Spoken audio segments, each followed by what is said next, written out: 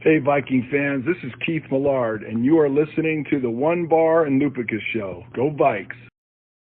All right, welcome back to the One Bar and Lupicus Show. I'm One Bar with Lupicus and Lupicus's friend that is growing off his forehead. Today, we're talking about 5 reasons the Vikings could and maybe should move on from Mr. Mike Zimmer.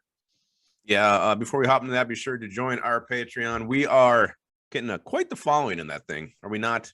Yes, we are. $2 a month. That's it. Mystery video week, shout out on the show, and monthly drawing for swag.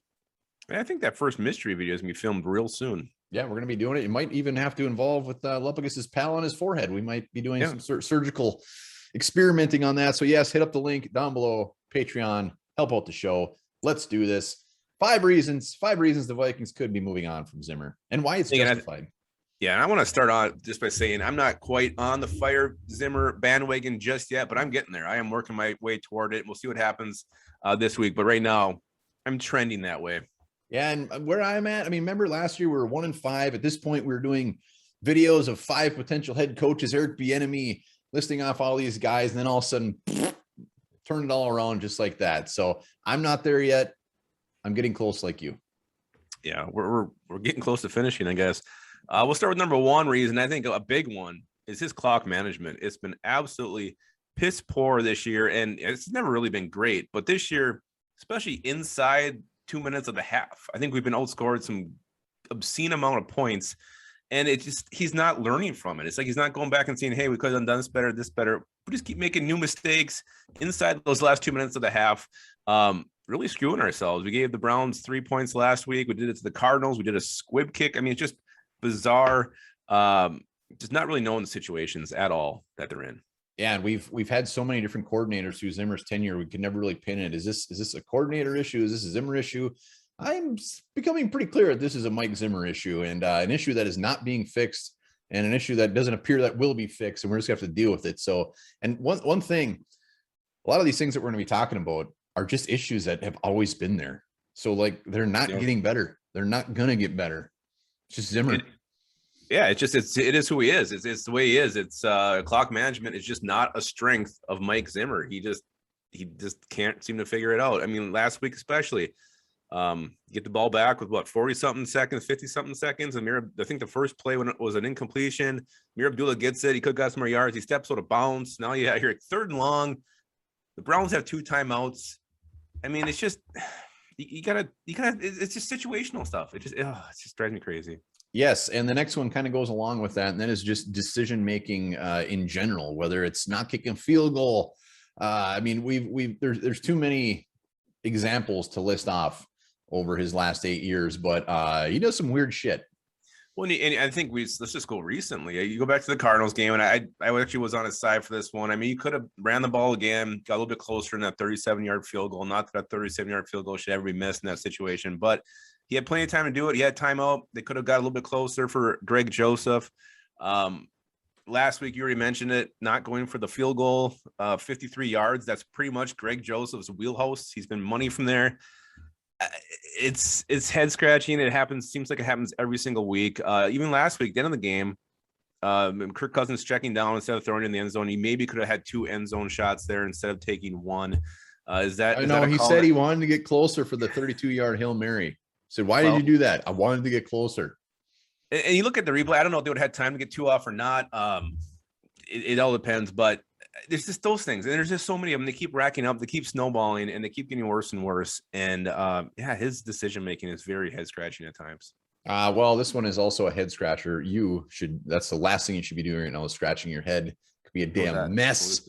And this one is his reluctancy to just move on from a player, or not even maybe move on, but bench a player. Offensive line, defense, cornerbacks, every damn position, it seems like, except for kicker. He'll move on from a kicker.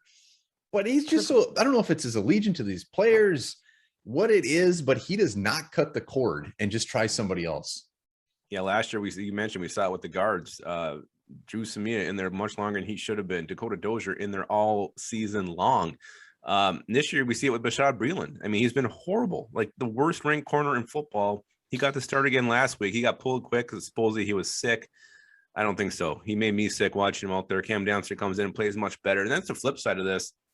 Holding grudges against players that's actually hurting the team. I mean, what did Dancer do to get benched? We don't know. To get demoted, something definitely happened. Maybe it was very, very bad, whatever he did. But you look at it, he's a much better player right now than Bashad Breeland is, and you're going with the worst player, and that's putting your team in a shitty situation, and it's hurting your defense. And I don't know what's going on there, but again, he's not making changes, and it hurts this team.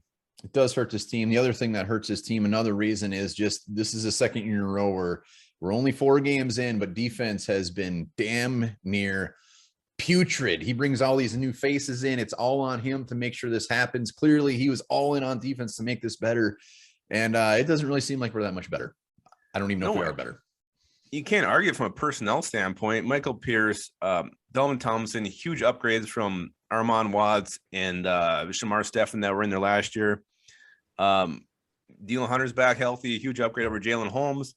So you get all these players. You get the secondary, Mac Alexander, Patrick Peterson, supposedly Bashad Breeland, but he sucks.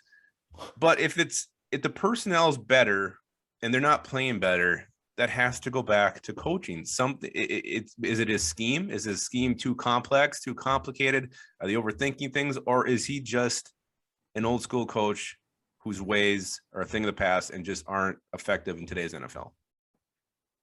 Final reasons why Zimmer could and possibly should be fired. If the Lions come to town this week and they somehow beat the Vikings, should he be fired? Yeah, he should. You got an 0-4 team that's going nowhere. And you got the Vikings who are already super disappointing right now with where they are in the season, the way they've looked. Yes, they've played tough games, great, but good teams find ways to win those games. If you come in and you get beat by the Lions in your home turf, dropping to 1-4, to me that is an absolute fireable offense, and one that should be done immediately, because this team's not going to go anywhere with Mike Zimmer coaching them. Yeah, that if that does happen, which is definitely a possibility, shit's going to get real quick. I can only imagine Twitter. I can only imagine the videos we're going to be putting out if that happens. So that's when it'll be justified. As of now, like you said when we started this off, just going with the flow. I'm not like fire him right now. I mean, does your guy have anything to say before we wrap this up?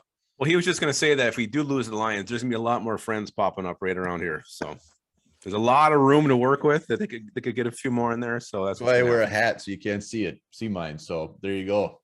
There you go. Let us know in the comments. I know a lot of comments on our videos. Fire Zimmer, get rid of Zimmer, blah, blah, blah. But got to look at his whole look at his whole. You got to look at his whole. And the other thing is, we're getting desperate when coming into this year.